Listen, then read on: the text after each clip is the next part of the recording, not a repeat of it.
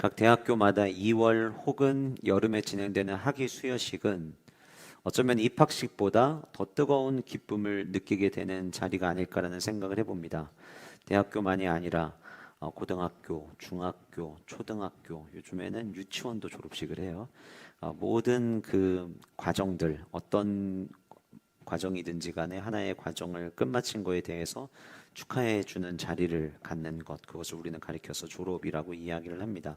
그러나 이 졸업이라고 하는 단어의 기본적 의미는 어떠한 과정을 마친 것, 학업의 과정을 마친 것을 뜻하는 의미로 우리가 쓰지만, 사실 우리의 일상에서 꼭 어떤 학업을 통달함으로 인하여서 어떤 마지막 결과까지 마쳤을 때의 졸업을 쓰는 경우를 제외하고도, 예를 들어서 어떤 일이나 또 어떤 과정을 통과했을 때에도 우리는 졸업했다라는 표현을 종종 쓰곤 합니다. 그래서인지 최근에 오랫동안 회사를 다니다가 퇴사를 하는 경우에도 퇴사했다고 말하지 않고 직장 생활 졸업했다는 표현들을 즐겨 쓰시고, 그래서 부모님이 한 회사를 오래 다니시다가 퇴사를 하면 자녀들이 부모님을 위해서 졸업식을 마련해 준다던가, 이런 경우들이 종종 우리 주변에서 들려오게 되는 것 같아요. 또 오랜 시간 동안 병원에서 치료를 받았던 환자가 오랜 시간의 병상에서의 시간을 마치고 퇴원을 할 때 이제 병원 생활 졸업했다라는 표현을 쓰기도 합니다. 최근에는 난임센터들의 도움을 받는 이제 엄마 아빠들이 굉장히 많이 있다 보니까 난임센터에서 시간을 보내고 아이의 초음파 사진을 보았을 때 사람들이 인터넷에 올린 글들을 보니까 저희도 난임 졸업했어요 그러면서 초음파 사진을 올리는 이 글들이 굉장히 많더라고요. 제가 오늘 예배를 준비하면서 졸업이라고 하는 단어를 사람들이 어디서 많이 쓰나 이렇게 찾아보려고 보니까 최근에 올려져 있는 졸업이라는 단어는 거의 대부분 난임센터 졸업했습니다라는 표현이 굉장히 많았어요. 이처럼 오랜 시간 동안 어떤 가정은 거의 10년에 가까운 시간 동안 아이를 갖기 위해서 열심히 노력하고 결국 아이가 엄마 뱃속에서 자리를 잡고 있는 그 초음파 사진을 보면서 이제 이 긴 시간에 힘들었던 과정도 이제 끝나는구나라고 사람들이 생각하는 것처럼 어떤 어려운 시간, 어려운 과정을 끝냈을 때 우리는 졸업했다는 표현을 쓴다라고 하는 것입니다. 이렇게 어떤 과정이든 졸업을 하게 되면 우리는 그 졸업을 축하하는 의미를 담아서 졸업 선물을 하게 되죠.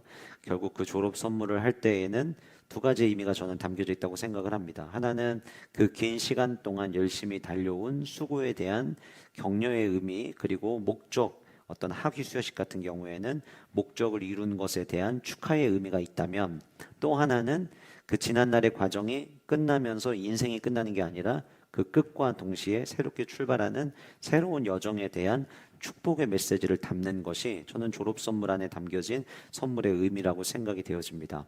오늘 저와 여러분들이 함께 읽은 이 본문은 이제 10가지 재앙으로 인해서 마지막 10번째 재앙, 장자의 죽음이 있었고, 그리고 그 일이 있고 난 이후에 애굽에서의 생활 430년, 노예 생활 400년을 마지막 종지부를 찍고 이제 이스라엘 백성들이 광야를 향하여 새로운 출발을 하는 그 첫 번째 장면에 오늘 저와 여러분들의 본문을 함께 읽었습니다. 그리고 오늘 이 본문 속에서 하나님께서는 이스라엘 백성들에게 은금 패물을 그들에게 얻어서 가게 하시죠.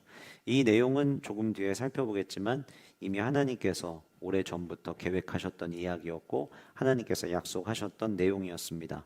애굽에서의 시간을 끝내면서 이제 예배자로의 삶을 시작하는 그들에게 유월절과 무교절은 마치 졸업식과 같았다고 저는 느껴지고, 그리고 그들에게 주어진 은금 패물은 400년 종살이에 대한 생활이 끝나는, 어떻게 보면 종살이 해왔던 400년의 그 과정을 졸업하는 그들에게 하나님께서 주신 졸업 선물처럼 저에게는 느껴졌어요.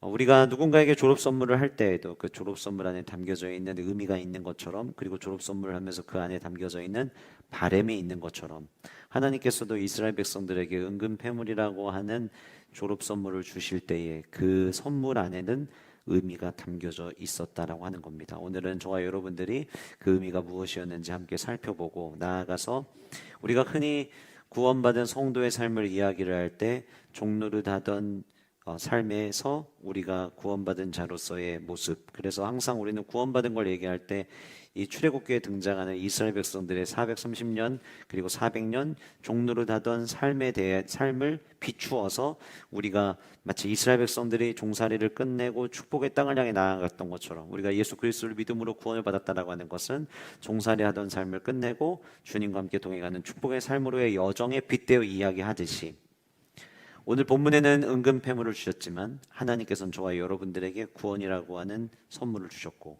그 선물을 받은 자, 그 선물의 의미는 무엇인지 오늘 저와 여러분들이 이 말씀을 통해서 함께 발견하는 은혜가 있기를 간절히 소원합니다. 오늘 제가 28절에서부터 말씀을 읽었는데 28절 이렇게 나와 있습니다. 이스라엘 자손이 물러가서 그대로 행하되 유교절과 무교절을 어떻게 지켜야 되는지, 어떻게 지킬 때에 이 10가지 재앙을 이길 수 있으며 어떻게 지킬 때에 이제 새로운 출발을 할 수 있는지 하나님께서 말씀해 주셨고 그 명령하신 하나님의 지침대로 그들이 모두 행하였다. 그러니까 여기 28절에 이스라엘 자손이 물러가서 그대로 행하되라고 하는 그대로 행했다라고 하는 이 말 안에는 모세가 지시한 대로 어린 양을 잡아서 그 피를 우슬초에 묻혀서 집 대문에 문설주와 임방에 바르고 그리고 아마도 고센 땅을 중심으로는 피비린내가 났겠죠. 모든 피에는 철분이 섞여 있고 그러면은 피가 있는 곳에는 피비린내가 날 수밖에 없어요. 그런데 이때 당시 200만 명이 살고 있는 고센 땅에 있는 그 지역에는 지금 집 문마다 전부 다 양의 피를 뿌렸어요.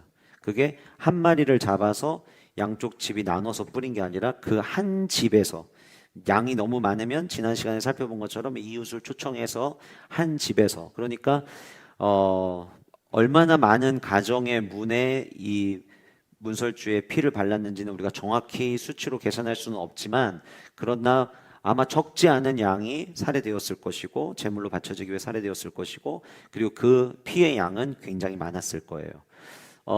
제가 그 미국에 있을 때 랭캐스터라고 하는 지역에서 예전에 제가 말씀드렸는데 교회인데 이런 성경의 중요한 내용들을 가지고 연극을 보여주는 상영하는 교회가 있다고 제가 말씀드렸죠.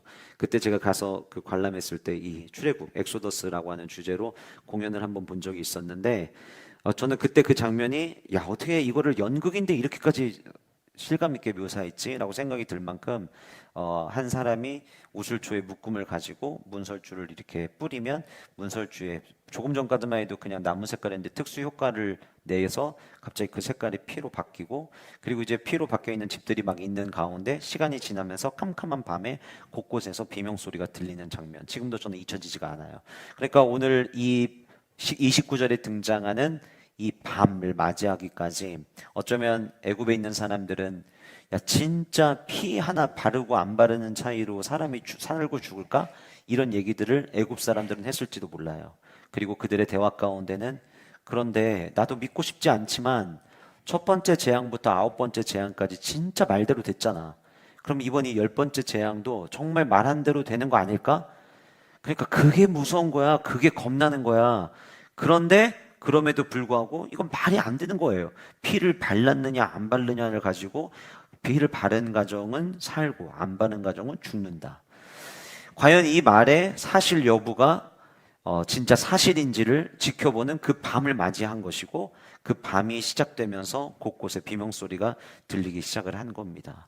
그러니까 오늘 본문에 그대로 행했다라고 하는 그 이야기에는 누군가는 우슬초에 피를 발라서 문설주와 임방에 바르기 시작을 했고 그리고 나머지 애굽 사람들은 그거를 그냥 지켜만 보고 있어야 되는 바로 그 밤 29절에 밤중에 여호와께서 애굽 땅에서 모든 처음 난 것 곧 왕위에 앉은 바로의 장자로부터 9번째 재앙까지 바로가 꿈쩍하지 않았던 이유는 내가 손해본 게 없었거든요. 백성들은 여기저기서 손해를 봤지만 자기는 손해본 게 없었고 자기는 태양신의 아들이라고 자기는 늘 불러왔기 때문에 9번째 재앙이 흑암이어서 체면은 좀 구겨졌지만 빛이 없는 상태로서의 시간을 보냄으로 말미암아 우리 바로가 태양의 아들이라고 했는데 태양의 아들이 왜 빛을 우리에게 빛이 아니라 흑암으로 우리에게 가득한데 이겨내지 못하지? 그래서 체면은 구겨졌지만 사실상 바로에게 직접적인 치명타가 입힌 건 없었어요. 그런데 오늘 말씀에서 기록된 것처럼 바로의 장자로부터 옥에 갇힌 사람의 장자, 옥에 갇혔다는 건 뭐냐면 지금 아버지와 자녀가 떨어져 있는 거죠. 떨어져 있는 가정의 장자까지 밤중에 처음 난 것까지 하나님께서 전부 다 치셨다라고 성경은 기록하고 있습니다. 칼빈은 이 장면에 대해서 애굽의 장자의 죽음을 하나님의 공의로운 심판으로 이야기하고 있더라고요.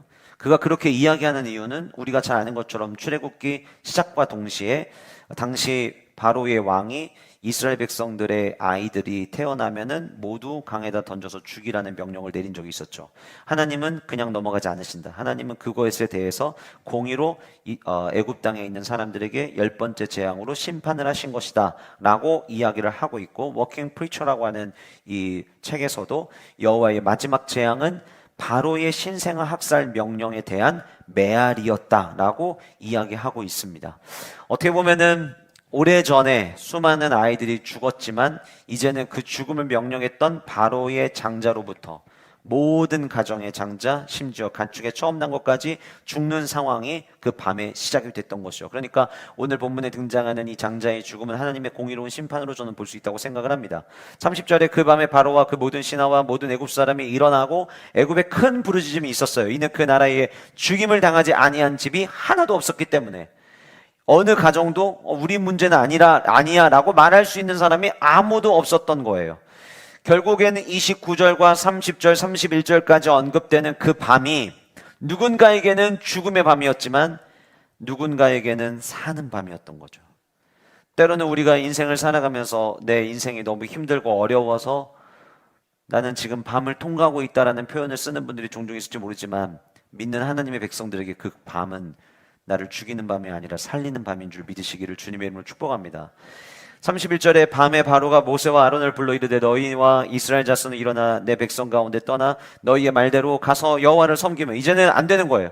자기의 자녀까지, 자기 바로의 장자까지 죽음을 당하고 나니까 이제는, 예전에도 이런 얘기를 몇 번 했지만 그때는 얘기하고 번복했지만 이제는 더 이상 바로도 말릴 수가 없게 된 것이죠. 그래서 떠나서 너희들 말대로, 너희들이 처음에 얘기했던 대로 나가서 하나님을 예배하라고 이야기를 합니다. 그러면서 32절에 너희가 말한 대로 너희 양과 소도 몰아가고 나를 위하여 축복하며, 그럼 31절과 32절의 말씀에 보면 바로가 모세와 아론을 불러서 명령을 합니다. 첫 번째는 일어나라, 두 번째는 가라, 세 번째는 떠나라, 세 번째는 가라, 네 번째는 여호와를 섬겨라, 여호와께 예배해라. 그리고 32절에 와서는 너희의 양과 소도 몰아서 나가라. 그리고 마지막 여섯 번째 명령, 어떻게 보면 명령보다는 간청에 가까운 나를 위해서 축복하라는 이야기까지 말을 한 것이죠. 그리고 33절 애굽 사람들은 말하기를 우리가 다 죽은 자가 되도다 하고 그 백성을 재촉하여 그 땅에서 속히 내보내려 함으로,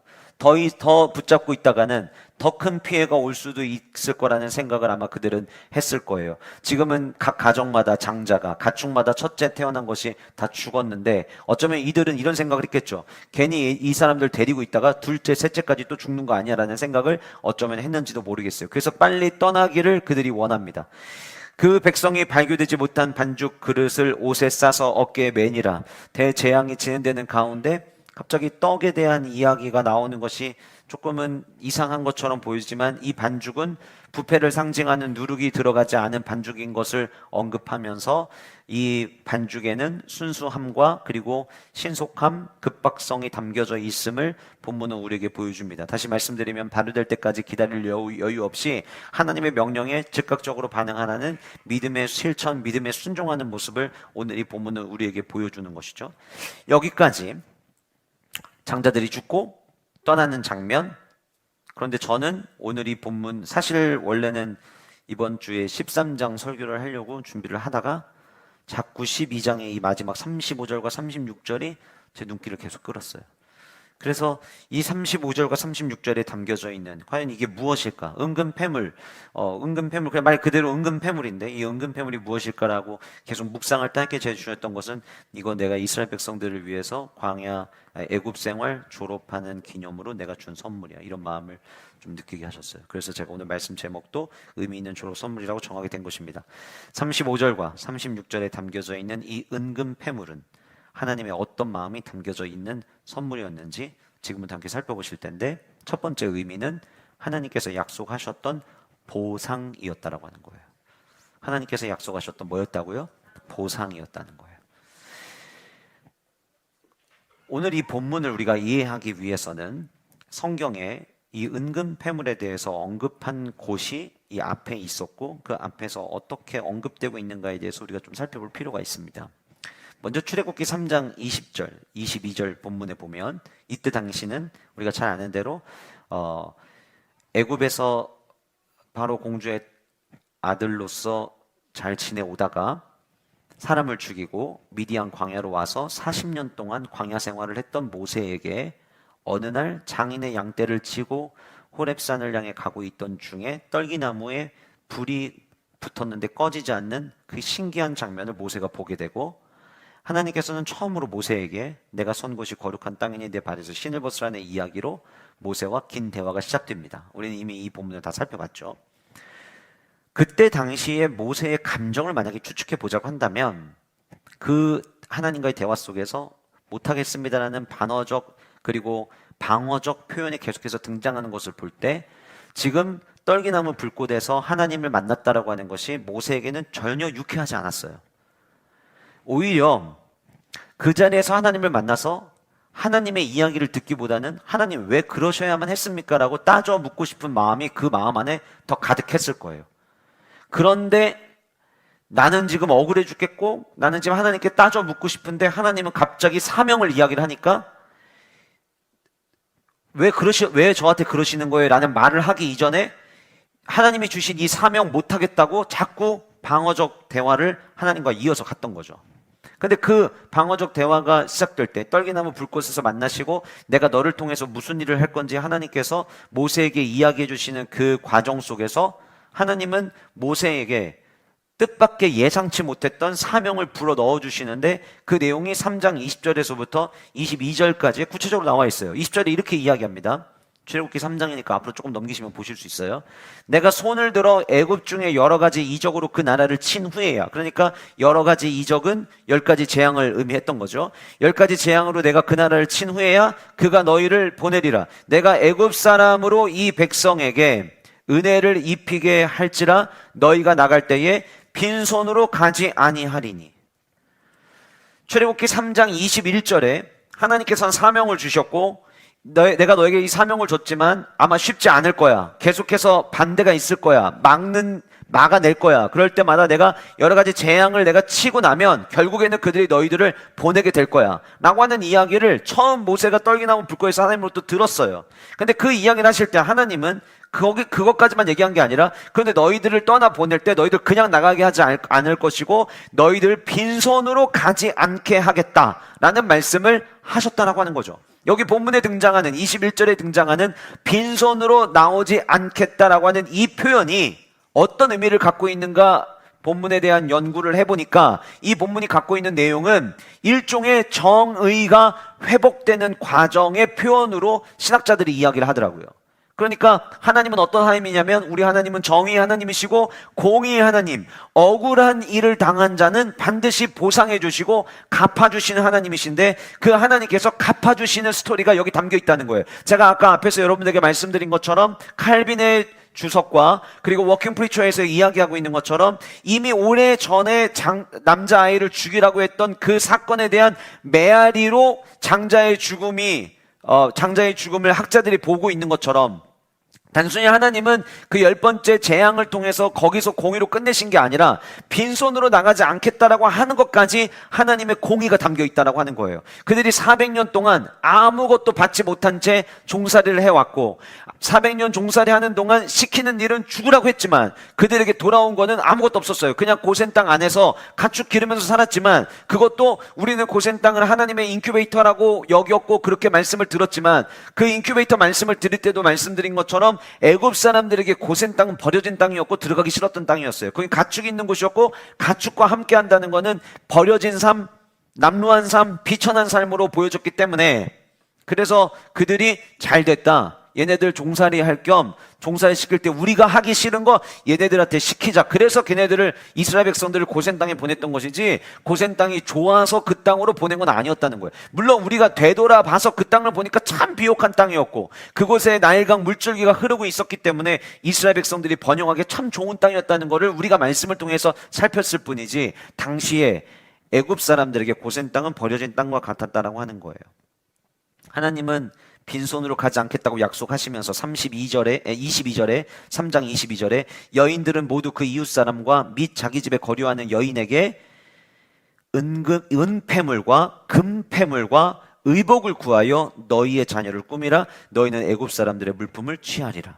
이게 출애굽기에 나온 첫 번째 은금폐물 갖고 너희들 나가게 하겠다는 약속이었어요. 그리고 두 번째 나왔던 곳이 얼마 전에 우리가 살펴봤던 출애굽기 11장 2절이었습니다. 아홉 번째 재앙이 끝나고 나서 하나님께서 말씀하시죠. 백성들에게 말해서 사람들에게 각기 이웃들에게 전부 다 너희들 그냥 가지 말고 눈에 보여지는 모든 이웃들에게 은금폐물 구해서 나가게 하라 라고 하는 명령을 하나님께서는 다시 한번 들려주셨어요. 어쩌면 왜 다시 들려주셨을까? 이미 3장에 얘기하셨는데 제가 만약에 모세였다고 생각을 해보면 지금 모세와 하나님께서 떨기나무 불꽃에서 이야기한 그 대화가 어쩌면 하나님이 다시 11장에서 얘기 안 하셨으면 그냥 기억도 못했을 거예요. 왜냐하면 그때 당시 떨기나무 불꽃 앞에서 하나님을 만났다는 그 자체, 그리고 다시 애굽으로 돌아가서 애굽에 있는 이스라엘 백성들을 데리고 나오라는 그 말이 너무 충격적이었기 때문에, 왜 우리 그런 거 있잖아요. 너무 충격적인 이야기를 하면 그 앞뒤에서 이야기한 거 전부 다 기억이 안 나는 것처럼 어쩌면 모세도 저는 그랬을 거라고 생각을 해요. 그래서 하나님께서 그를 다시 한번 출애굽기 11장 2절에서 짚어주신 거예요. 그리고 그때 하셨던 이야기가 오늘 본문인 출애굽기 12장 35절 36절에서 다시 한번 언급이 됩니다. 근데 오늘 본문에 등장하는 은금 폐물과 의복은 마치 이렇게 본문에 나오니까 은, 금으로 된 폐물, 그리고 의복, 우리는 이렇게 생각을 해요. 그리고 번역을 그렇게 해놨어요. 그런데 히브리어로 이 은, 금, 폐물이라고 할 때 폐물이라고 하는 그 단어는 단순히 그냥 뭐 귀걸이나 뭐 이런 장신구만을 이야기하는 게 아니라 은으로 된, 금으로 된 각종 그릇, 각종 기구, 각종 도구를 다 포함하고 있더라고요. 그러니까 은금폐물 이렇게 하면 그냥 마치 장신구만 우리는 머릿속에 떠올리는데 그게 아니라 은으로 된, 금으로 된 모든 도구를 다 이야기한 거예요. 게다가 제가 지금 말씀드린 걸 잘 기억하세요. 이따 뒤에서 이 얘기를 제가 드릴 건데, 이 폐물이라고 하는 단어를 쓴 히브리어가 민수기 31장 20절에서도 쓰였는데, 민수기 31장 20절에서는 어떻게 이 단어를 쓰였냐면 나무를 가리킬 때에도 폐물이라는 단어를 쓰고 있었어요. 은금 폐물, 폐물이라는 단어는 장신구만을 얘기하는 게 아니라 은이나 금이 들어간 모든 도구를 가리키고, 그리고 때로는 이 폐물이라는 단어는 나무를 이야기할 때에도 사용되는 단어다라는 거를 꼭 잠깐 기억해 주셨으면 좋겠어요. 그리고 의복은, 오늘 본문의 의복은 이렇게 의복이라고 이야기하니까 이렇게 딱 옷을 우리는 생각을 하는데, 여기 의복이라고 하는 단어 안에는 이 옷에 들어간 모든 실, 모든 천재질, 옷을 만드는 데 필요한 모든 것들이 역시 마찬가지로 이 의복이라고 하는 단어 안에 포함이 되어 있더라고요. 그 이야기가 지금 오늘 35절에 언급이 된 거고, 그리고 여호와께서는 애굽 사람들에게 이스라엘 백성들에게 은혜를 입히게 하사 그들이 구하는 대로 주게 하심으로 그들이 애굽 사람들의 물품을 취하였다라고 이야기를 합니다. 오랜 시간 동안 그들은 억압을 당했고 이제 이들이 출애굽을 하는데 하나님께서 그들에게 공의를, 정의를 다시 회복시켜 주신 거예요. 근데 제가 지금까지 여러분들에게 출애굽기 3장과 11장과 그리고 오늘 본문을 살펴봤지만, 사실 하나님은 이보다 650년 전에 이 사건에 대해서 이미 예언을, 약속을 하셨습니다. 창세기 15장 13절과 14절인데요. 아직 띄우지 말아주세요. 창세기 15장은 배경을 좀 설명을 드릴게요.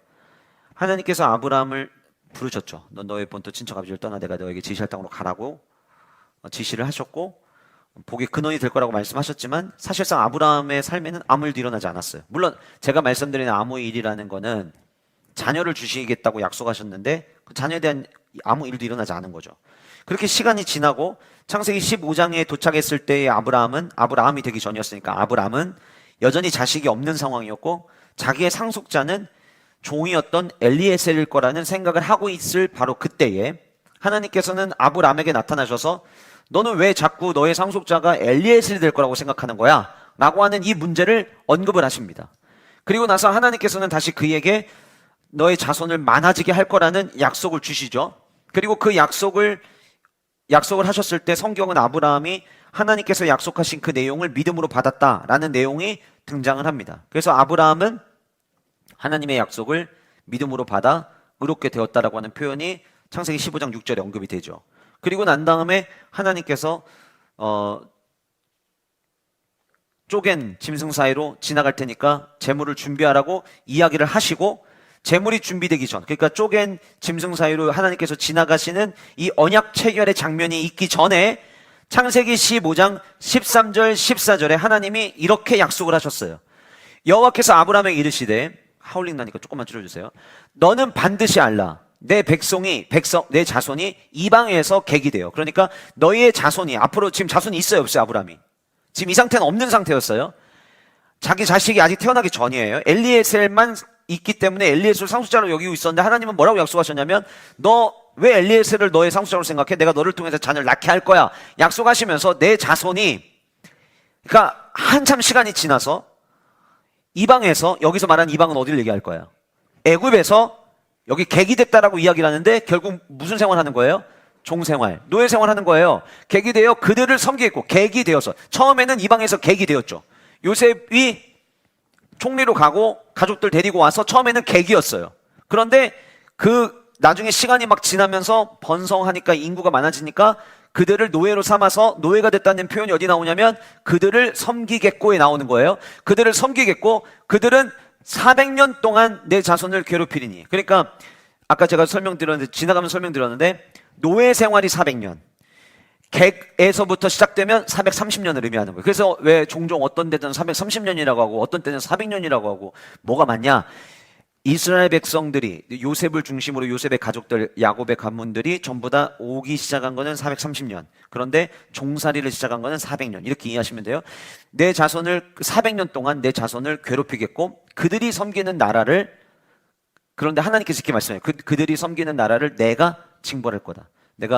근데 너희들 그 400년 동안 섬긴 거 내가 갚아주겠다 약속하시는 거예요. 그리고 이렇게 약속하셨어요. 그 후에 너희들의 자손들이 큰 재물을 이끌고 나올 것이다. 약 650년 전에, 오늘 본문이 있기 약 650년 전에, 그때 당시 자녀 하나도 없었던 아브라함에게 하나님은 나타나셔서 이 계획을 다 약속하셨어요.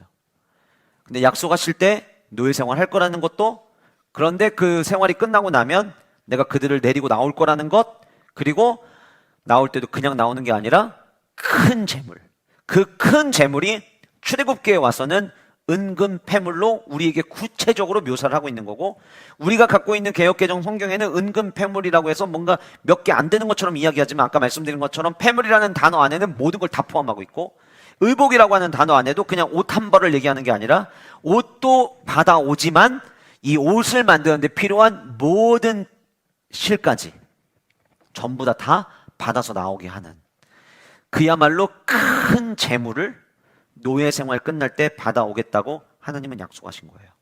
그런데 여러분, 조금 전에 읽었던 창세기 15장 13절과 14절은 히브리 문학에서 자주 사용하는 병렬 대조를 보여주고 있습니다. 13절과 14절이 대조를 이루고 있는데, 13절에서는 그들을 섬기겠다라고 이야기했지만 14절에서는 하나님께서 그들이 섬기는 나라를 내가 징벌할 거라고 이야기하셨고, 13절에서는 400년 동안 내 자손이 괴롭힘을 당할 것이라고 이야기했지만 14절에서는 큰 재물을 이끌고 나올 것이라고 이야기했어요. 이게 히브리 문학에서 두드러지게 나타나는 병렬 대조식 구조예요. 그러면 13절과 14절을 대조를 하면 13절에서 이야기했던 자손을 괴롭힌다라고 하는 이 말에 대조가 되는 말은 큰 재물을 가지고 나올 거라는 건데, 그러면 400년이라는 시간 동안 너희들이 괴롭힘을 당할 것이고, 이 괴롭힘 당한 거에 대한 보상으로 큰 재물을 가지고 나올 거라고 말씀하시는 거예요. 그래서 오늘 본문의 첫 번째 의미는 하나님이 약속하셨던 보상이었다는 거예요. 그 약속하셨던, 약속이라는 단어 위에 650년 전이라고 메모해 주세요. 650년 전에 약속하셨던 그 약속에 대한 하나님의 보상이었다라고 하는 거예요. 히브리서 6장 10절에 보면 이런 말씀이 있습니다. 하나님은 불의하지 아니하사 너희 행위와 그의 이름을 위하여 나타낸 사랑으로 이미 성도를 섬긴 것과 이제도 섬기고 있는 것을 잊어버리지 아니하시느니라. 저는 이 본문이 하나님이 누구신가를 보여주는 또 하나의 구절이라고 생각하는데, 히브리서 6장 10절은 하나님은 어떤 하나님이시냐면, 우리 하나님은 우리가 한 행위를, 그리고 우리가 억울하게 당한 일을 그냥 그대로 두고 넘어가지 않으시고 반드시 보상해 주시는 하나님이라고 성경은 기록하고 있다라고 하는 거예요. 이사야 35장 3절과 4절에 이런 말씀이 있습니다. 너희는 약한 손을 강하게 하며 떨리는 무릎을 굳게 하며 겁내는 자들에게 이르기를 굳세어라, 두려워하지 말라. 왜냐? 그 뒤에 이렇게 이야기해요. 보라, 너희 하나님이 오사 보복하시며 갚아 주실 것이라. 하나님은 어떤 하나님이시냐면, 우리가 당한 억울한 일이 있으면 그 억울한 일을 갚아주시고 그 억울한 일에 대해서 보상해 주시는 하나님이라고 성경은 우리에게 이야기하고 있다고 하는 거예요. 나홈에서도 나홈 1장 2절과 3절 말씀에도 이런 구절이 있습니다. 여호와는 질투하시며 보복하시는 하나님이시라. 여호와는 보복하시며 진노하시되 자기를 거스르는 자에게는 여호와는 보복하시며 자기를 대적하는 자에게는 진노를 품으시며 여호와는 노하기를 더디하시며 권능이 크시며 벌 받을 자를 결코 내버려 두지 아니하시니라. 그렇다면 하나님은 왜 이들에게 지금 벌을, 애굽 사람들에게는 벌을, 그리고 이스라엘 백성들에게는 보상을 왜 주셨을까? 앞에서 아까 말씀드린 것처럼 모든 생명의 주인은 하나님이십니다. 하나님이 생명을 주셨어요. 히브리 사람들에게만 생명을 하나님이 주신 게 아니라, 히브리 사람뿐만 아니라 모든 사람들이 아이를 낳는 생명은 어디로부터 시작되냐면 하나님으로부터 시작되는 거예요. 생명의 주인은 하나님이세요. 그런데 생명의 주인이 하나님이신데 마치 자기가 생명의 주인인 것처럼 바로는 하나님이 주신 그 생명으로 태어난 아이들을 죽이라고 명령했던 거예요. 하나님은 거기에 대해서 그냥 넘어가지 않으시고 갚으시고 보복하시고 진노하셨다는 거예요. 이 보복하시는 하나님, 진노하시는 하나님 안에서 우리는 하나님의 의로움을, 그리고 하나님은 공의 하나님 되심을 우리는 발견하게 됩니다. 아까 말씀드린 것처럼 우리는 출애굽을 우리의 신앙과 빗대어서 종종 설명합니다. 죄와 사망의 종살이 하던 저와 여러분들에게 예수 그리스도의 보혈로 십자가에서 피 흘려 죽으심으로 말미암아 예수 그리스도께서는 저와 여러분들을 입양해 주셨죠. 하나님의 자녀 삼아 주셨죠. 그리고 하나님께서는 우리가 죄의 종노릇 하던 우리들의 그 모든 모습들, 죄에서부터 해방시키시고 이전에 우리가 종으로서 있었던 그 모든 삶에서부터 우리를 건지셔서 우리가 의롭다 함을 입은 자로서의 삶을 살아가기 위해서 모든 걸 갚아주셨어요. 우리가 예수님을 알기 전에 가지고 있었던 그 모든 죄에 대해서 누가 다 보상해 주시고 누가 다 갚아주셨냐면 예수 그리스도께서 갚아주셨다고 하는 거예요. 우리는 예배자로 살아갑니다.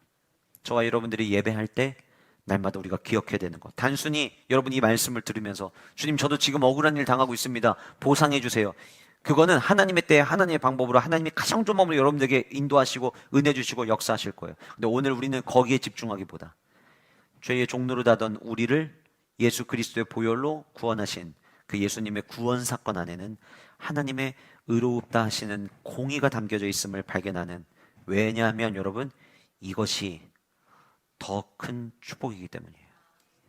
지금 여러분들이 당하고 있는 그 억울한 일에 대한 보상, 그거보다 더 중요한 일은, 더 가치 있는 일은, 더 큰 축복은 죄로 가득했던 저와 여러분들이 예수 그리스도의 은혜로 말미암아, 보혈로 말미암아 의롭다함을 받았다라는 거예요.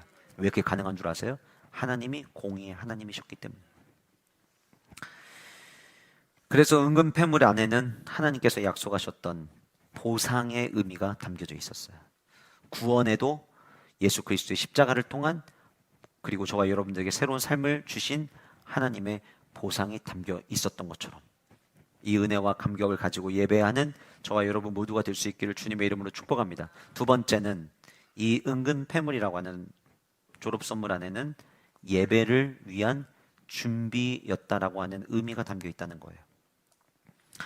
우리는 이미 창세기 22장에서 여호와 이레라는 그 단어를 통해서 하나님은 예배를 드릴 때 그 예배를 드리기 위하여 예배를 드리는데 필요한 제물을 준비해 주시는 하나님이시라고 하는 사실을 이미 우리는 알고 있습니다.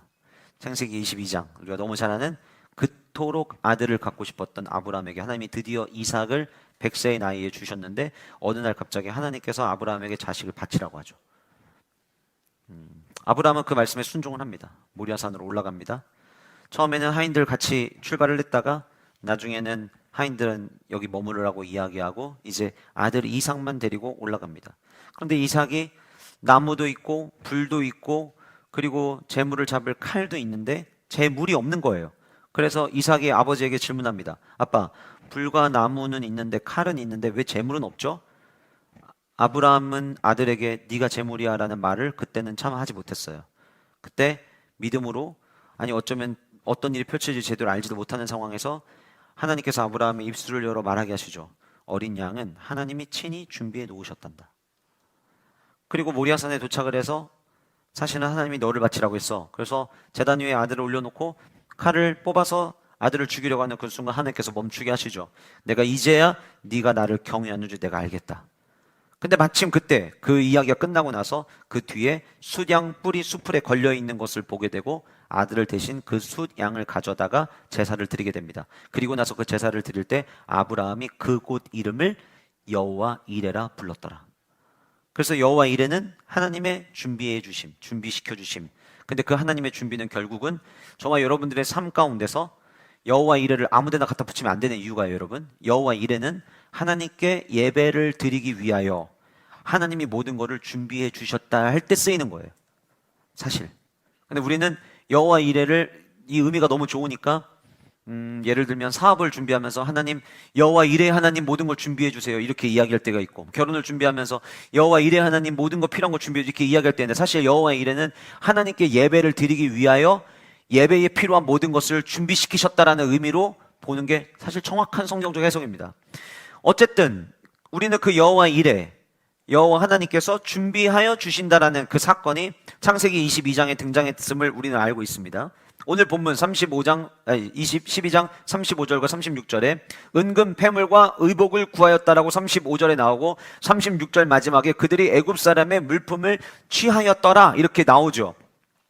앞에서 말씀드린 것처럼 본문에 등장하는 은금 패물은 장신구만을 얘기한 게 아니라고 제가 이미 말씀을 드렸어요. 자, 그런데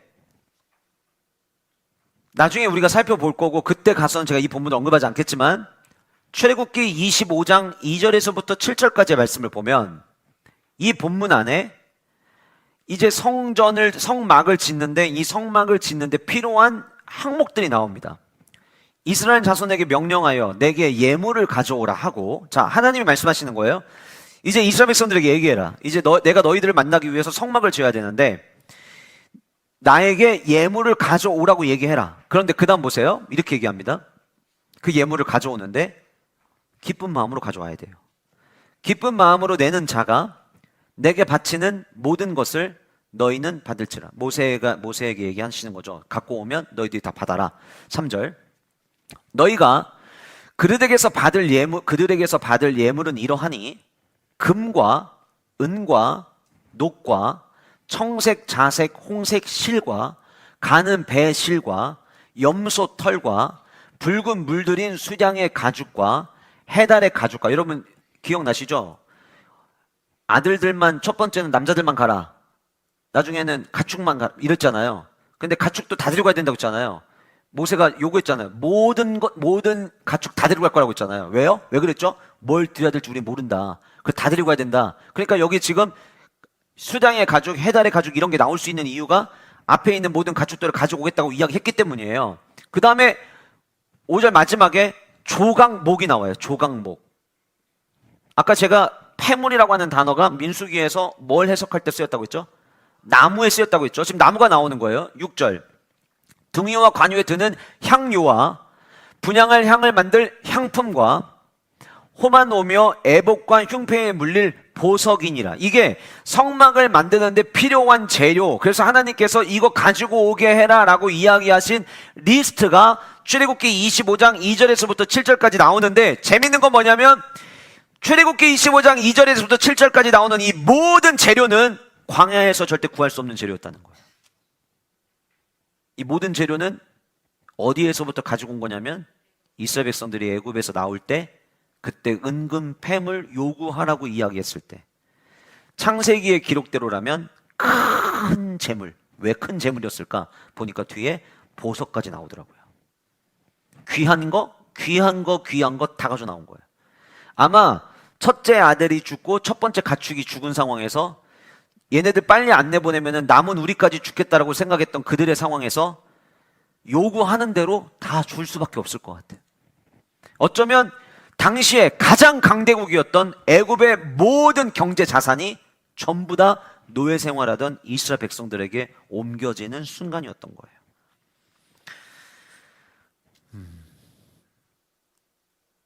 절대 광야에서 만들어낼 수 없는 것. 그런데 하나님은 그것으로 예배를 받으시고 하나님은 이스라엘 백성들을 만나주실 장소를 마련하기 위해서 하나님은 사실상 그거를 가지고 오게 했던 거였죠. 그리고 하나님은 그거를 기쁘게 드리라고 이야기합니다. 근데 저는 여기서 이런 생각이 들더라고요. 하나님, 이거 기쁘게 드릴 수밖에 없겠는데요? 전 그런 생각이 들었어요. 왜요? 이거 누가 주신 거예요? 누가 주신 거라고요? 하나님이 주신 거예요. 왜 우리가 하나님께 뭔가를 드릴 때 기쁜 마음으로 드리는 분들도 계시지만 기쁜 마음보다 인색한 마음이 드는 경우가 있다면 아마 똑같을 겁니다. 이유는 그게 많고 적어서가 아니라 내 걸 드린다고 생각하기 때문 아닐까요? 그런데 이들은 하나님께서 기쁜 마음으로 드리게 했어요. 왜냐? 너네 한번 눈을 들어서 나중에 광야 가서 봐봐. 지금 이미 출애굽기 25장은요 광야에 나온 상황입니다. 어디에서도 이걸 찾을 수가 없어요. 그런데 그게 다 지금 우리 손에 있는 거예요. 이게 언제 있었냐 생각해 보니까 애굽에서 나올 때 다 하나님이 챙겨서 주셨던 거예요. 아, 이걸 위해서 하나님이 다 챙겨 오게 하신 거구나. 그래서 그걸 하나님께 다시 드리는 거예요. 그러니 그걸 드릴 때 인색할 마음이 가질 이유가 없죠. 기쁨으로 드릴 수밖에 없죠. 이 유사한 장면이 똑같은 고백을 언제 누가 했냐면 역대상 29장에서 다윗이 고백합니다. 다윗은 성전 건축을 허락을 받지 못했어요. 그런데 다윗이 한 가장 최고의 마지막 사역이 있었다면 성전 건축을 위해 필요한 모든 것을 다 모아서 하나님께 드렸다는 거죠. 그래서 그 하나님께 모든 걸 드릴 때에 하나님께 봉헌을 드리면서 예물을 드리면서 성전 건축을 위해 필요한 모든 것을 드리면서 다윗이 기도한 내용이 역대상 29장 11절부터 14절까지 나오는데 11절부터 이렇게 이야기합니다. 여호와여 위대하심과 권능과 영광과 승리와 위엄. 좀 이따 띄요. 14절 얘기할 때 권능과 영광과 승리와 위엄이 다 주께 속하였사오니 천지에 있는 것이 다 주의 것이로. 다윗의 고백이 뭐라고 있냐면 천지에 있는 모든 것이 다 주님의 것입니다. 천지에 있는 모든 거면 내가 가지고 있는 건 누구 거라는 거예요. 왜 대답하기 싫으세요 여러분? 이제 자꾸 막 드리라고 할 것 같아서. 아니, 오늘 그 드리라는 얘기 할 얘기가 아니에요. 원리를 지금 말씀을 드리는 거예요. 다윗이 뭐라고 고백했냐면 모든 것이 다 주께 속했다고 이야기를 합니다. 천지에 있는 것이 다 주의 것이로소이다. 여호와여 주권도 주께 속하였사오니 주는 높으사 만물의 머리이십니다. 부와 기가. 이거 여러분 다 좋아하는 본문이잖아요. 좋아하는 본문. 기도할 때 이 본문의 내용이 뭔지도 모르고 막 기도하지만 이 본문 여러분 다 아시는 본문이에요. 부와 귀가 주께로 말미암고. 그래서 막 경제적으로 어려울 때 기도하시잖아요. 하나님 부와 귀는 다 주님께 속해 있습니다. 주님께 있는 거 저한테 좀 주세요. 막 기도하시는 거 아니에요? 뭐 그런 거 기도하실 때 마음에 엄청 하시면서 뭐 지금 이렇게 다들 반응들이 이렇게 부와 귀가 주께로 말미암고 또 주는 만물의 주대가 되사 손에 권세와 능력이 있사오니 모든 사람을 크게 하심과 강하게 하심이 주의 손에 있나이다. 이거 다 여러분들이 기도하실 때마다 좋아하는 구절이라고요. 우리 하나님이여 이제 우리가 주께 감사하며 주의 영화로운 이름을 찬양하나이다. 자, 이제 주께 감사하고 주님께 찬양합니다. 왜 다윗이 그렇게 고백했는지 그 이유가 14절에 나와요. 같이 읽겠습니다. 시작. 나와 내 백성이 무엇이기에 이처럼 즐거운 마음으로 드릴 힘이 있었나이까.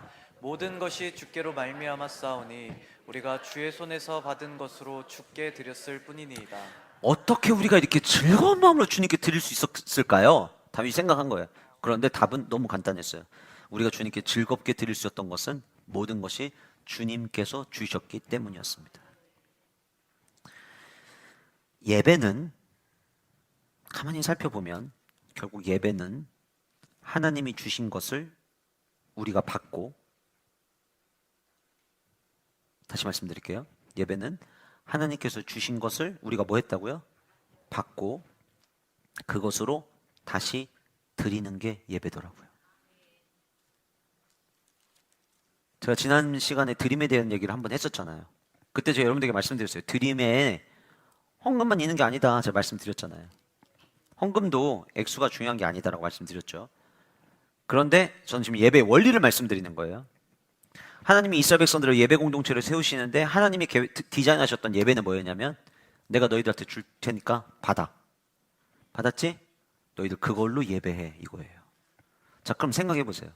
오늘 여러분들 이 자리에 다 오셨는데 여러분들 오늘 이 자리에 오셨지만 오고 싶어도 못 오신 분이 계시죠. 현성준 집사님 같이 수술하셨고 지금 병원에 계신 분 못 오시죠. 그러면 오늘 우리가 이렇게 물론 변 집사님도 수술하고 난 이후에 하나님께서 회복의 은혜를 주고 계시지만 우리가 오늘 이렇게 예배를 드리러 내 시간을 드리고 하나님 앞에 나와서 예배를 드리는 것도 하나님이 저와 여러분들에게 뭘 주셨기 때문에 가능한 거죠. 제가 좀 아까 힌트를 드렸잖아요. 변 집사님이 힌트를 드렸잖아요. 건강을 주셔서 우리가 예배로 나올 수 있는 거죠. 그러니까 사실 우리가 예배를 드린다는 거는요, 하나님이 내게 주신 걸 가지고 우리가 예배하는 거예요. 어제 날씨 엄청 더웠는데 목장별로 교회 곳곳을 청소하셨어요. 여러분, 청소하실 수 있었던 건강을 하나님이 주셨기 때문에 우리가 몸된 공동체를 섬기는 일에 함께 헌신할 수 있는 거죠. 그래서 저는 우리의 삶은, 예배는 없는 것을 막 쥐어짜서 드리는 게 예배가 아니라, 예배는 이미 하나님께서 내게 주신 것을 다시 하나님께 돌려드리는 것이 저는 예배라고 생각을 합니다. 내가 가진 시간, 재능, 물질, 건강, 관계, 우리의 오늘 하루의 모든 삶, 이 모든 것들이 다 내가 만든 게 아니라 하나님이 주신 거예요. 우리의 삶조차도 하나님이 저와 여러분들에게 호흡을 주셨기 때문에 우리의 삶이 있는 거잖아요. 그러니까 저와 여러분들의 예배는 하나님의 손으로부터 흘러 들어온 것을 가지고 드리는 거예요. 예배는 갖고 와서 내 것을 가지고 와서 바치는 게 아니라 받은 것을 가지고 나아가는 것이 예배다라고 하는 거예요. 무엇을 드릴까 고민하기 전에 무엇을 받았는지 그래서 생각해야 돼요. 무엇을 어떻게 드릴까를 고민하기 전에 내가 하나님으로부터 무엇을 어떻게 받았는지를 돌아보셔야 돼요. 여러분 각 가정에 자녀들이 있다면, 하나님이 그 자녀를 내게 주셨다면 이 자녀로 하여금 어떻게 하나님을 예배하게 할 건지를 고민하시는 부모님들이 되셔야 되는 거예요. 하나님이 나에게 사업을 하게 하셨다면 이 사업을 통해서 어떻게 하나님께 영광을 돌릴 것인지를 고민하셔야 되는 거예요. 그게 예배인 거예요. 아브라함은 이삭을 받았고 그 이삭으로 하나님께 예배하려 했어요. 과부는 두렙돈을 가지고 있었고 두렙돈을 받았고 그것으로 아주 작은 것이지만 하나님을 예배하였어요. 저와 여러분들은 예수 그리스도의 십자가의 보혈을 받았고 그 십자가의 보혈로 예배해야 돼요. 고난주간이 아니더라도 우리가 예배 드릴 때마다 십자가의 은혜를 기억해야 되는 이유는 우리가 받은 선물이 그리스도의 보혈이 있는 십자가라는 사실이에요. 저는 우리 영가족들이, 제가 지난주 금요일 저녁에 잠깐 말씀드렸는데 아직도 대전 세종한교회 성도이면서 야구장 집회가 뭐냐라고 물으시는 분들이 계셔서 제가 조만간 연합 예배를 계획을 하고 있어요. 그리고 그날은 블레싱 코리아에 대한 A부터 Z까지의 이야기를 다 나누려고 해요. 그런데 하나님이 가장 기뻐하시는 것은 누군가에게 복음을 전하는 것입니다. 제가 지난주 새벽에 설교하면서 그런 얘기했는데, 하나님은 너 몇 명 전도했냐고 어쩌면 안 물어보실 거다. 너 몇 명에게 전해봤니를 물어보실 거다. 너는 복음이 흘러가기 위해서 너는 무슨 일을 했는지 하나님은 물어보실 거다. 주님 앞에 서는 날 우리의 모습이 십자가의 은혜를 받은 자로서 떳떳하기 위해서라도 우리는 복음을 전해야 합니다. 십자가를 받았죠? 그러면 십자가로 예배해야 되는 거예요. 저는 여러분들이 예배할 때마다 십자가의 감격과 십자가의 그 은혜를 가지고 예배하는 우리 영가족들 되시기를 주님의 이름으로 축복합니다. 로마서 12장 1절은 우리의 삶을 제물로 드리라 라고 이야기하고 있어요. 내 삶이 그리스도의 십자가를 빼면 남는 게 하나도 없어요. 그렇기 때문에 우리는 그리스도의 십자가의 은혜를 받은 나의 전인격적 삶으로 하나님 앞에 드리는 삶을 살아야 한다라고 하는 거예요. 이 은혜와 축복이 우리 모두 영가족들에게 있으시기를 간절히 소원합니다. 세 번째는 우리에게 주신 졸업 선물의 의미는 무엇이었냐면 승리자라는 선포였어요. 첫 번째는 보상이었고, 두 번째는 준비였고, 세 번째는 선포였다. 대학생들이 졸업할 때 어떤 선물 제일 많이 하는지 검색을 해보니까 요즘은 대학을 졸업하고 대학원으로 진학하는 경우들이 너무 많다 보니까 노트북이나 흔히 특히 이제 아이패드랑 아이펜슬을 묶어서 주는 선물을 약간 대학원 가는 자녀들에게 최고의 선물로 여긴다. 뭐 요즘 이렇게 그런 글을 제가 이렇게 읽게 됐어요. 혹은 현금, 상품권도 선물로 많이 한다. 왜냐하면 이제 새로운 출발을 향해서 나아갈 때에 본인에게 필요한 거를 본인이 살 수 있도록 하는 것이죠. 그런데 적지 않은 선물 리스트 가운데 졸업 선물로 뭘 하는지 쳤을 때, 검색해 봤을 때 제일 많이 나오는 선물이 무엇이었냐면 정장이더라고요. 정장. 정장을 왜 선물하는가 봤더니 대부분의 학생들이 졸업과 동시에 취업을 하게 되고, 취업을 하게 되면 이제 면접을 봐야 되고, 그러니까 이제 면접할 때 입고 갈 옷을 선물하는 차원으로 정장을 선물하는 경우가 졸업 선물할 때 가장 많이 하는 선물로 오랜 시간 동안 부동의 1위를 지키고 있었더라고요. 오늘 졸업 선물입니다. 근데 오늘 본문에도 옷에 대한 이야기가 나옵니다. 옷에 대한 이야기를 언급하기 전에 제가 아까 말씀드렸던 출애굽기 3장 22절에서도 그리고 출애굽기 12장 36절에서도 동일하게 나오는 단어가 하나 있어요. 그게 무엇이냐면 애굽 사람의 물품을 취하였더라 이거예요. 그래서 여러분들 세 번째 승리자라는 선포였습니다. 그 옆에다가 취하였더라는 단어를 좀 꼭 써놔주세요. 취하였더라. 여러분 오늘 본문에서 이야기하는 이 취하였더라라고 하는 이 단어는 어떤 의미를 갖고 있냐면 히브리어로 낫잘이라고 하는 단어인데, 이 단어는 전쟁에 나간 군인들이 전쟁에서 승리했다라고 하는 그 확인을 위해서 상대방에 있는 물건을 가지고 오는 전리품을 상징하는 단어예요. 그러니까 오늘 본문 12장 36절과 출애굽기 3장 22절에서 언급했던 물품을 취하리라, 물품을 취하였더라 라고 하는 이 취했다라고 하는 단어에 하나님은 지금 의미 부여를 하신 거예요. 어떤 의미 부여냐면, 야 니네 노예 생활 끝나고 해방이다 이런 해방자로 나가는 게 아니야. 나는 너희들 지금 승리자로 내보내는 거야. 이 하나님의 의도가 담겨져 있는 거예요. 취해라 라고 하는 이 단어 안에, 야 니네 전쟁에서 이긴 자, 니네 그동안에 전쟁 해보진 않았지? 맨날 종사가 아니라 전쟁 해보진 않았지? 근데 애굽 사람들은 그동안 나라를 확장해서 수많은 전쟁을 하고 전쟁 끝날 때마다 수많은 전리품들을 가지고 오는 거 니네 봤지? 막 그 화려한 모습, 나갔다 돌아올 때 막 군인들이 막 모든 걸 가지고 돌아오는 그 화려한 모습 봤지? 나 너네들 그렇게 내보내는 거야. 400년이나 시간 동안 노예 생활하면서 쪄들고 찌든 그 모습으로 터벅터벅 광야를 향해 나아가는 모습이 아니라, 하나님은 지금 그들에게 승리자로서의 모습을 가지고 광야 생활을 시작하게 하신다는 거예요.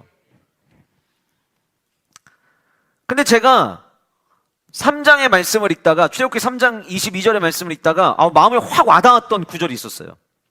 출애굽기 3장 22절에 이렇게 말씀 나와 있어요. 여인들은 모두 그 이웃사람과 및 자기 집에 거류하는 여인에게 은폐물과 금폐물과 의복을 구하여, 그 다음 이렇게 나옵니다. 너희의 자녀들을 꾸미라. 너희의 자녀들을 꾸미라. 저는 3장 말씀을 묵상하는데 너희 자녀를 꾸미라는 이 말이 저한테 막 갑자기 확 다가오더라고요. 부모님들이 자기 자녀 꾸밀 때 생각을 해보세요. 노예 생활한 거예요. 지금까지 400년 넘게 노예 생활했어요. 400년 넘게 노예 생활했으니 여러분 꾸민다 한들 꾸밀 게 뭐가 있겠습니까? 다 그게 그거예요. 꾸며도 티가 안 나는 거예요. 그런데 하나님께서 은폐물, 금폐물, 의복 다 가져다가 너희 자녀들 꾸며라. 자식은 진짜 귀하잖아요. 그동안 노예로만 살아왔어요. 나도 노예로 살아왔고 400년이니까 400년 동안 산 사람 없잖아요. 나도 태어날 때부터 노예였고 내 자식들도 태어날 때부터 노예였는데 하나님이 야, 그 노예 티 다 벗겨 이거예요. 다 벗기고 니네 자녀들부터 빨리 꾸며봐. 여러분 얼마나 신났을까요? 이런 거 있잖아요. 여러분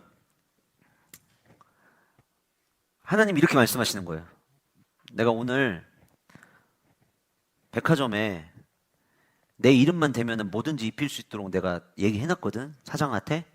그러니까 자식 데리고 네 아들 데리고 가가지고 입히고 싶은 거 다 입혀. 뭐 거기 있는 거 액세서리 있는 거 있으면 다 해.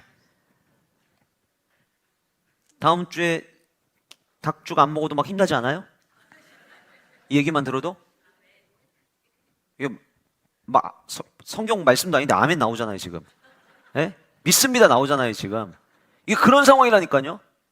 은근 폐물 다 모아다 놓고 야 뭐든지 마음껏 꾸며봐. 니네 자녀들 니들 하고 싶은 다 꾸며봐.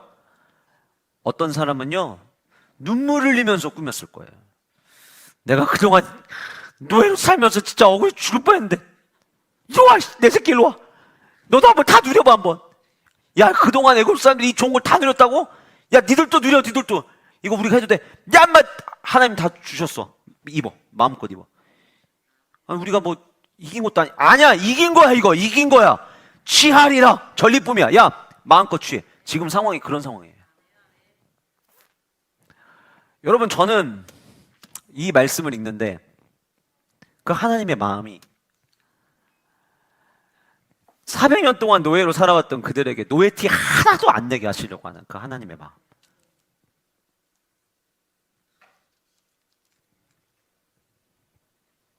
근데 여러분 그 하나님의 마음이 오늘 우리에게도 동일해요. 하나님은 저와 여러분들이 패잔병으로 막 진 사람으로 그렇게 살기 원하지 않으세요. 저와 여러분들에게 예수 그리스도의 옷을 입혀주셨어요. 이제 죄의 종로를 하는 자처럼 살지 마. 야 이제 왕의 자녀야. 승리의 선포였던 거예요. 단순히 마치 그런 거 있잖아요. 학위 수여증 딱 받고 당당하게 정문 앞에 사진 찍는 것처럼 이제 니들은 더 이상 패잔병이 아니야. 너희들 더 이상 이제 끌려가는 자들이 아니야. 이제 니들은 승리자야. 생각을 해보세요 여러분. 노예가 당대 최고의 나라 애굽을 이겼다. 말이 됩니까? 그 애굽을 이기려고 그 주변의 수많은 나라들이 그동안 수도 없이 공격에도 넘어지지 않았던 그 애굽을 400년 동안 노예 생활한 사람들이 이겨버린 거예요 지금. 그래서 그 모든 전리품을 다 취하게 하신 거예요. 감격 아닙니까? 그 안에 기쁨이 있지 않았겠어요? 입고 나가면서 여러분 노예로 살았지만 이제 이 순간만큼은 진짜 승리자인 거예요. 이거 막 은근평을 가져다가 막 다 꾸밀 만큼 다 꾸미고 이제 그 다음에 이제 어른들도 막 꾸미기 시작을 했을 텐데 그러면서 이들이 광야 나갈 때 이렇게 쳐지고 나갔을까요? 아니요. 애굽 사람들이 지금 빨리 나가달라고 이러고 이야기하고 있고 그 이것도 가져가도 돼? 아 가져가라고. 또 좋아 보이는 게 또 있어요. 나 이것도 갖고 싶은데 가져가라고. 그런 상황에서 이제 애굽을 떠나 광야를 향해 나아갈 때 이스라엘 백성들 어깨는 쫙 부러졌을 거고요. PT를 안 받았어도 어깨는 막 다 부러졌을 거고요. 평상시 키보드 한 막 5cm씩 커졌을 거고요. 몸이 막 빳빳하게 세워져가지고 우리가 애굽을 이겼다 이러고 나가는 거예요 지금. 하나님은 취하였더라 해서 승리를 선포하신 거예요. 사랑하는 성도 여러분, 예수 그리스도께서 십자가 못 박혀 죽으심을 하며 죄로 더러웠던 우리의 옷을 깨끗게 하셨어요. 그럼 우리 어떻게 살아야 되는 줄 아세요? 승리자로 살아야죠. 아멘. 왜 아까 전에 그 백화점 쇼핑할 때는 아멘 하시는데 왜 여기서 아멘 안 하세요? 여기서 아멘을 하셔야죠. 우리 승리자로 살아야 되는 거예요. 당당하게 사셔야 되는 거예요. 우리 다음 세대들이 교회 다니고 예수 믿는다는 것 때문에 위축되는 게 아니라 당당하게 살게 해야 돼요. 우리 그거를 가르쳐 줘야 되는 거예요. 골로새서 2장 14절 15절에 이런 말씀이 있습니다. 우리를 거스르고 불리하게 하는 법조문을, 노예 생활하는 법조문이죠. 니들은 노예야! 땅땅땅 찍어놨던 거. 그런데 그 법조문을 쓴 증거를 지우시고 제하여 버리사. 뭘로요? 십자가의 보혈로. 십자가에 못 박히시고 통치자들과 권세들과, 당시 애굽만큼 더 강한 통치자가 어디 있고 권세들이 어디 있습니까? 통치자들과 권세들을 무력화하여 드러내요. 구경거리 삼으시고. 아마 주변국들이 낄낄대고 놀았을 거예요. 야 애굽이 무너졌다며? 야 애굽이 망했다며? 그리고 뒤에 이렇게 나와요. 십자가로 그들을 이기셨느니라. 우리는 누구라고요? 이긴 자들이에요. 승리한 자라고요. 우리의 그 모든 죄의 종노릇 하던 우리의 모든 법조문들은 이미 십자가에서 다 찢겨졌어요. 에베소서 4장 22절 24절에 그래서 이렇게 이야기합니다. 너희는 유혹의 욕심을 따라 썩어져가는 구습을 따르는 옛사람을, 죄의 종노릇 하던 모습을 벗어버리고, 옷과 비유하고 있어요. 벗어버려라. 니네 옛날에 그 모습, 더러운 모습 다 벗어버려라. 종노릇 하던 노예 옷 다 벗어버려라. 오직 너희는 심령이 새롭게 되어 하나님을 따라 의와 진리의 거룩함으로 지으심을 받은 새 사람을 이번에 뭐 하래요? 입으라. 새 사람을 입은 자답게 살아가는 은혜와 축복이 우리 모든 영가족들에게 있으시기를 주님의 이름으로 간절히 소원합니다. 성도는 따라하실까요? 정복자다. 여러분, 성도는 탈출자가 아니에요. 성도는 정복자예요.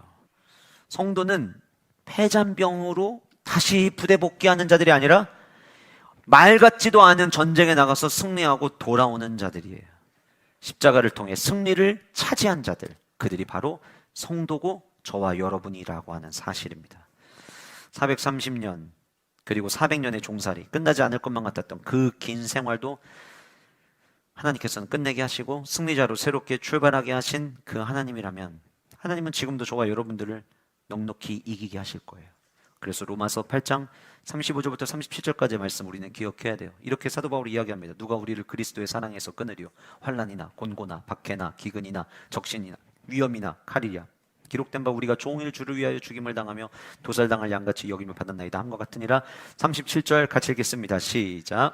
그러나 이 모든 일에 우리를 사랑하시는 이로 말미암아 우리가 넉넉히 한 번 더 읽읍시다. 시작. 그러나 이 모든 일에 우리를 사랑하시는 이로 말미암아 우리가 넉넉히 어떻게 이긴다고요?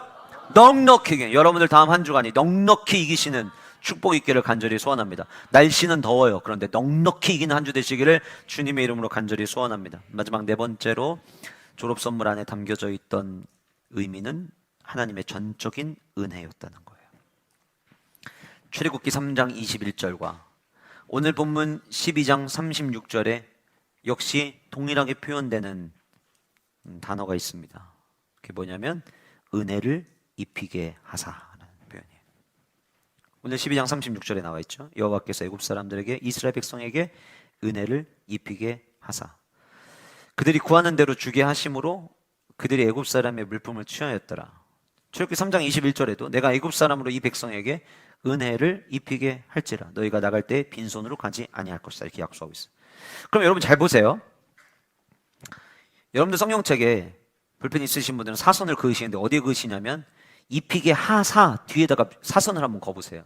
자, 그러면 우리는 지금까지 계속 그들이 구하는 대로 주게 하심으로 그들이 애굽 사람의 물품을 취하였더라. 그러니까 나갈 때 나 이것도 갖고 싶은데 가져가. 나 이것도 갖고 싶은데 가져가. 그것이 지금 요구하는 대로 마치 너무 당연하게 애굽 사람들이 주는 것처럼 우리 계속 이제 인식이 됐어요. 지금까지. 근데 이거 당연한 겁니까? 목사님 첫째가 죽고 나니까 목사님 아까 얘기했잖아요. 둘째도 죽을 수도 있고 셋째도 죽을 수도 있고 이러다 다 죽을 것 같으니까 막 주고 내보낸 거 아니에요? 생각했어요. 근데 그 모든 것이 당연한 거냐고요? 당연하지 않아요. 그들이 나갈 때 구하는 대로 모든 것을 얻어서 갈 수 있었던 이유는 무엇이었냐면 하나님께서 그들에게 은혜를 주셨기 때문이라는 거예요. 은혜를 입히게 하셨기 때문에 보상도 가능했던 것이고요. 은혜를 입히게 하셨기 때문에 예배를 위한 필요한 모든 것들을 준비시켜 주셨던 것이고요. 하나님께서 은혜를 베풀어 주셨기 때문에 그들에게 승리자로서 선포하여 나가게 하셨다는 거예요. 그러니까 이 모든 게 은혜죠. 그러니까 저는 어떻게 보면은 오늘 이 본문의 졸업 선물의 마지막